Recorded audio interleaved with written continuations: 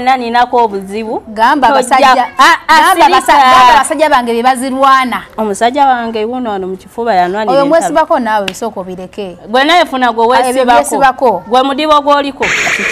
baleka ngamba abantu nze entalo zange sinza zirwana omusajja wange yarwana entalo era wenani nako obuzibu yambuka kabira ogamba alien skin queen yankoze kino nze sirwana ntalo no akimanyi ndi munafu nnyo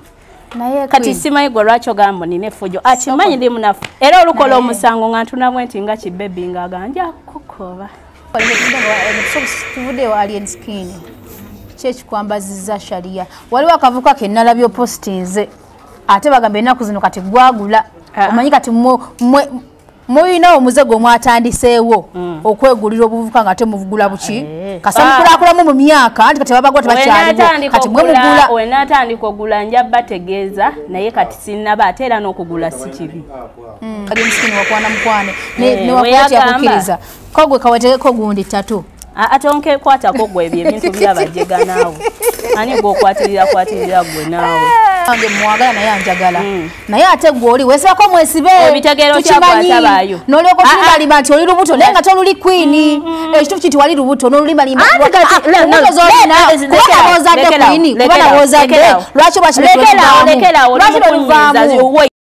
omukyala eyeekuumira ku mulembe nina essanyu okukwanjulira banno Banyondo Glam bano bakuleetedde ekizigo ekipya katale ekiyoyota olususu lwo ne kijjamu embalabe enkova eza buli kika binnamakula enkanyanya endwadde z'ensusu zonna wamma n'odda buto era n'okuuma ekitiibwa kyo. Nyondo Glam basangibwa Dubai, Abu Dhabi, Al Ain n'okwetooloola ekyondo kya Buwarabu. Gwali e Uganda basange Nyanama okumpi ne Movit okubira ku noti 775 M5 noti 8 oba gwali e Dubai kuba ku noti 524 680 noti 778. Nyondo Glam tukukuumira ku mulembe.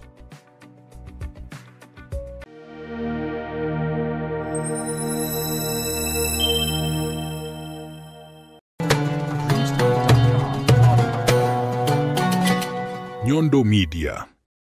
Queen, assalamu alaikum. Alaikum salamu wa rahmatullahi wa barakatuh. Kigendererwa ki okwambala sharia ngambala sigikulabanga abasajja abasiramu bano balina ssente kazi gobero bala ssente anyway go ina ali ku mukuto gwa Nyondo Media yenze Nyondo Rosette ndino omukyala yefula okubeera omukambwe waliwo lumu yamuhostingako mu katono amusabula oluyi ani ate bw'obanga obadde omusanzu olabanga omuntu mulamu ne wahandi kukazaakaza n'ebigambo byayogera ayinza okutiisamula kuba nange ndi mukazi mugumumu kale sityabikola ki biruduma so omwana yaŋŋamba nti yamutuuza mu kamera enatuka ekiseera nga n'ebigambo byalaze okumubuuza ne bibula nga nakyasobola n'ebigambo tebigenda kubula. Queen kyokka nze ndi mukyala mugonvu nnyo ndi mukyala mugonvu nnyo era nze sinza alwana entalo zange entalo zange musajja wange yazirwana era gwe wenna ninako obuzibu gamba basajja bange bebazirwana omusajja wange wuno wano mu kifuba yanwani oyo mwesibako naawe soko bireke gwe naye funa gwe wesibako gwe mudibo gwoliko ase mudibo nina nabankwana we balingana baganda oyagala kunkwanira musajja kikulumira kimwagaza kasita we mwesibaka anyumirwa tekiwomera mataba era naye agira nayongera nagamba bebi yongeramu banjocheze yongeramu konze kiki baleka ngamba abantu nze entalo zange sinza zirwana omusajja wange yarwana entalo era wenna ninako obuzibu yambuka kabira ogamba alien skin queen yankoze kino nze sirwana ntalo no akimanyi ndi munafu nnyo kati simanyi gwe lwaki gambo nine fujo akimanyi ndi munafu era olukola omusango nga ntunabwe nti nga kibebi nga ganja kukoba naye kimanyi nti abakazi mwekaza aye ne mwekaliza ddala ndi confidence ate paka ndi mu kisenge kyovuddala n'omusajja nga njagala soko leke tuvuddeyo alien skin kyekikwambaziza sharia waliwo akavuka kennalabyo postinze ate bagambe ennaku zino kati gwagula omanyi kati muyinawo omuzego mwatandiseewo okwegulira obuvubuka nga temuvugula buki kasamukulakulamu mu myaka anti kati babagwa tebakyaliwo kati mwemugula wenatandika ogula nja bategeeza naye kati sinnaba ate era n'okugula si kibi naye kati tokinako buzibu oli mukyala muganda oba munono omukazi okkirizibwa okukwana omusajja oba okugula omusajja okkirizibwa bulungi nnyo muguno omulembe kulwa ensonga ngenda kuwa ensonga zino wammanga nti edda abakyala bafumbirwanga bufumbizi basajja okitegeera abasajja be bafumbirwanga okitegedde abasajja be bawasanga abakazi edda abasajja zikyukangamu nakati kino okubeera lwaki mukikyusa alindako toyina information toyina data nze kati nze akola case study ku ground nti ennaku zino abakyala be bakola okuva muzeeyi we yabajja ewa emabega n'abagamba nti mujje n'abakulembeza batutte emirimu gy'abasajja ne wabeera gwe ng'oguddewo edduuka ng'onoonya muntu agenda ku attracting amangu ba customer ojja teekamu ekikazi ekinyirira okitegedde kati abasajja bangi tebakyayina mirimu ate abakazi be bayina ki emirimu be bayina ne ssente so nga ate Katonda yakiteekawo nti omukazi obulamu bwo bbeera complete buli kimu ne wooba okiyina olina obbanga olina omusajja kati bambi abakyala bano obulamu bwabwe tebuwera nga tebalina basajja kati bagenda ne ba ending up nga beeteredde ssente mu basajja bafiiringe complete kuba kyo kiri mu butonde kyovudala kati ennaku zino okugula abasajja kungi okuwasa abasajja kungi ti omukyala ne woba ne biliyoni z'essente nga tolina mu kisajja tebikola makulu okitegedde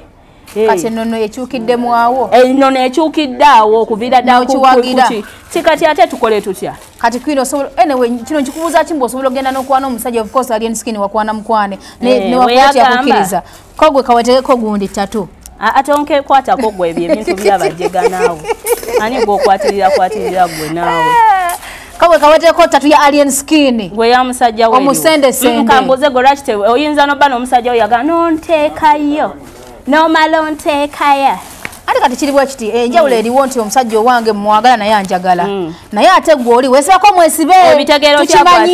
n'olyoka tulimbalima nti oli lubuto naye nga toluli kwini ekituufu kiti wali lubuto n'olulimbalimba lubuto zolina kubanga bozadde kwini kubanga bozadde lwaki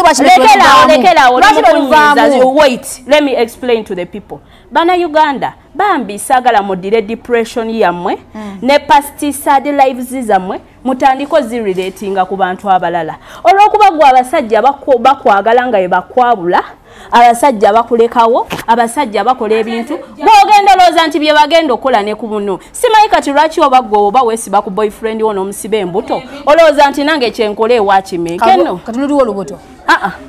luliwa ebyo tobimbuuzabuuza naawe anti mbu lwavaamu lwaki muzona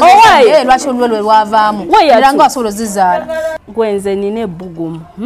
kati mpulira linzita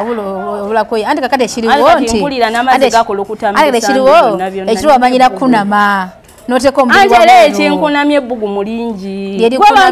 oba atunda ayolesa anti nga Shani Styles ennaku zino mbalimu nnyo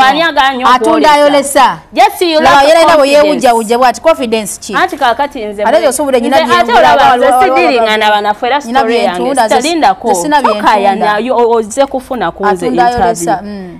nze sidiringa n'abanafu era waliwo ebintu ebimu abanafu byeboogera naye mbatunula ne ngamba look at that idiot omuntu otandika okumunenya munne mbu lwaki oyambadde ebimpi naawe yambala ekiganya okwambala ebimpi you lack confidence okimanyi olinawo wali enkovu ebbina teriwera bulungi naye munne ali confident ayambadde n'abigula ate kakatindako abawala lindako you lack confidence ate kati kankubuulire Linda kokamba bulire abakazi ngenda babbirako ekyama kimu abasajja baagala abakazi abali confident osanga kola nga tekayina kabina naye ne kasiba kakatono ke kayinako ne kamodeling omusajja nagaba nango ono mwana yewulira kiki ekyo what's that just you guys you lack confidence so tagenda kumuwasa tonkuba naku queen tagenda kumuwasa era abera akimanyo yana kyayisaawo abigamba wabana abala okukimujjako omukyala yenna ategeera ayambala katoba nti onyumye waliosomye kakatabo osobola okutambula nakutambula kusiyasiya ebekisiru lindako waliosomye kakatabo ke why do men marry bitches? Why do men marry bitches nowadays? Oloza lwaki abasajja bawasa misege gye balete ewaka. Oloza lwaki. Kati wona ofuna answer ojalekerawo okujjana okutwasamira otegere nti kati gwe you lack confidence era kye kikusuubiza. Kati bwangati bakuwasanga byali badaye tekufuna kabako nga tekagala biwanvu totukuba nnaku nga tekagala bimpi. bere eyo guma n'akasajjako naffe abasajja abagala ebimpi gye bali totusumbuwa you a bitch not so totusumbuwa why aren't you married a bad one What do you know about me? Toli mufumbo. What do you know about me? Toli mufumbo. Kyemmanyi kisoka toli mufumbo. Omuntu gwesibako ye mufumbo. To anexe ntandika okuba eno gundi yetatuye mbera munnange shona china. Soko leke. Toli mufumbo. Kati nze kankubuli if you don't know Queen Masolo. Nze omusajja wabankwana. Mubuuza ebibuuzo byange ebyo bibiri. Wabiyita nga tugenda mu maaso.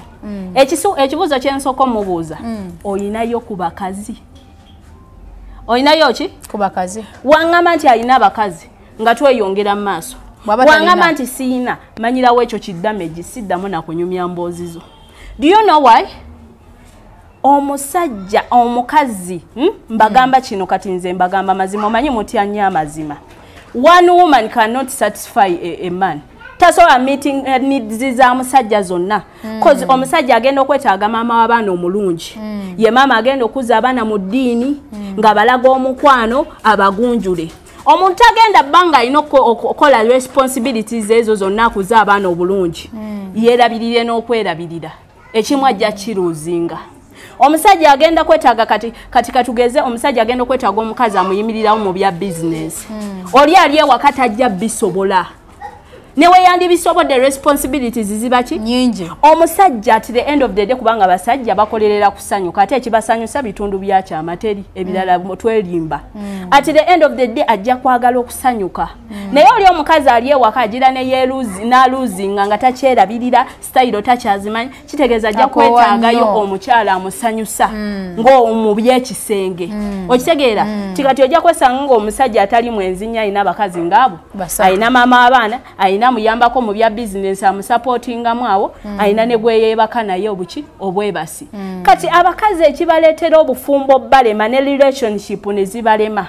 Kweteekako ejo migugu gyonna n'olowooza omusajja n'agala kusigaza omu. N'olowooza nti gyonna n'ogituukiriza ne gikustressinga ne gikulema ate stress n'ogizza ku musajja. So nga ate wooleka gwe n'obeera mu kifo kyo. Okitegeera n'obeera mu kifo kyo oba oli maama abaana kola ekyo. Oba oli eyo osanyusa musajja gwasinga omuwomera kola ekyo kubanga naawe oli wa mugaso. Oba omusajja omusupportinga mu business kola ekyo. Okitegeera kati nze wenzija ne twekwana n'ongamba nkuyinaze ani gwokuba ezo stress ani kyobudde abantu bakaddiwa mangu.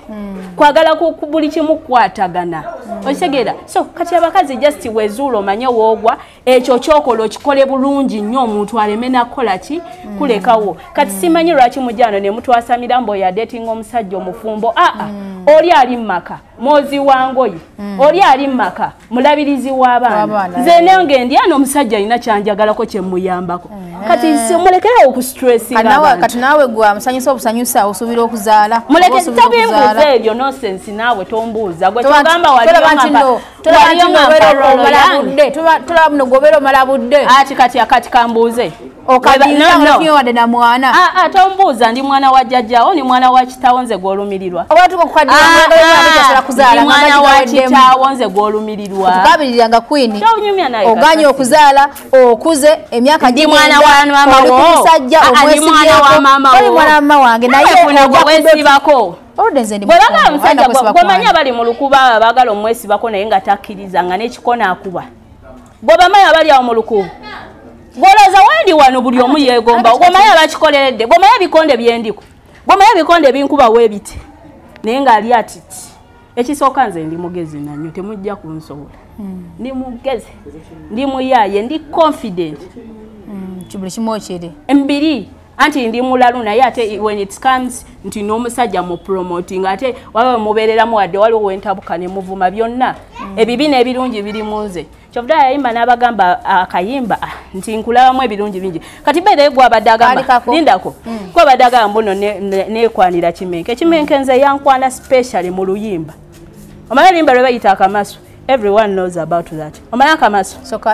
omanyi lyrics z'akamaso nze mbalanga muyasama musima wesiba ku musajja for your information nzo omusajja twali tuwogera nambuuza osinga kwagala ki ne mugamba nze nokimanyi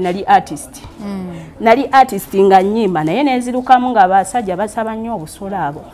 kati kimenke n'agamba wetwemitinga lindako wetwemitinga nangamba bireke ne mugamba nambuza kintu kye kisinga okusanyusa ne mugamba njagala nnyo okunyimbira ennyimba njagala nnyo omuntu nonyimbira kati yakanyimbira ennyimba ezigenda nga mwezo naye officially yankwanira mu luyimba lwe bayita akamaso azimpereza nangamba oba nampita mu studio omanyi oba bakulimba totukuba stress kati kwini nagambye Shani Styles ali kalenza akesibako awozambu simanya mbw ati tayagala kumitinga tayagala kulaki mukyaganya okukula kwini ase mwana wamma wange ate ebitabakwatako gwe ebyo bigendo bigamba abaana bannyoko tolina baana bo genda obibuulirire gwe nawe mulekerawo tubuulirira kasasiro genda obibuulirire abaana bo Queen ekituluma kasagala kutoka kikuluma ki kale munaze no golaba ne gundi zibwo omanyi nnyo anti munangeze golaba kakati mighty years okay muratuka isira mujje gwe woli senga geno gule office abagalo babulirira bajja muratuka isira mujje mtandika takati munangeze no mighty years wabagenda kujulanga wali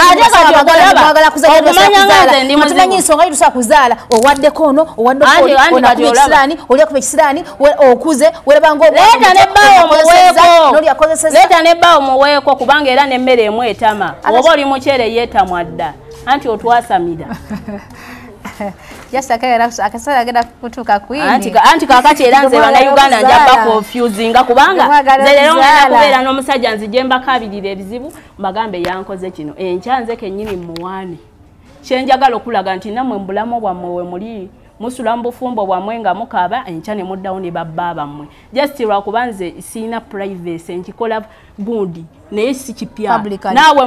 mu bufumbo bwamwe nze just we were born to experience tusomesa abantu through experience fete tulina masomero mwe tugenda tulina bye experiencinga ate ne tutabikweka ne tubikuba abantu nabo ne bafuna bye bagiramu era nze ngamba abantu abali mu bulamu bwange mwegendereze ogenda okunkola ekintu nze nja kireta mu kamera cause my life ya experience abalala mwe bayigira mu experiences zange